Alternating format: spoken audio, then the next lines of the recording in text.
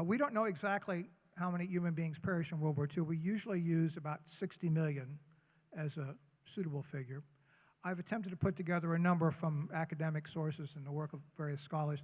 I think the total death toll in the Asia-Pacific phase of the war is about 25 million.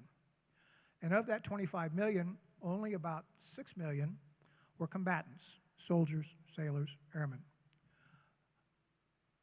Of that number, in fact, the number of Americans, combatants who perished in the Asia-Pacific theater is about 110,000 or so, counting merchant mariners.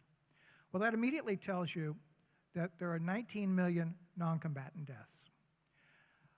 The number of Japanese non-combatants who died in the war, I think, probably is approximately 813,000, but just for purposes of this discussion, I just call the Japanese total deaths a million, or about 1.2 million.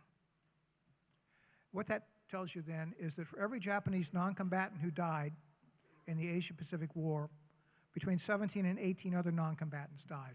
About 12 of them were Chinese. In fact, if you take the total number of Chinese deaths and just do a linear projection along the 8 years of war, 4,000 Chinese non-combatants are dying every single day of the war for 8 years.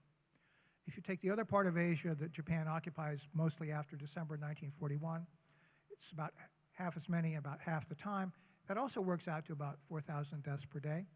So by December of 1945, there are approximately 8,000 non-Japanese non-combatants dying every day, and who knows, 15, 16 million have already died when we get to that point in the war.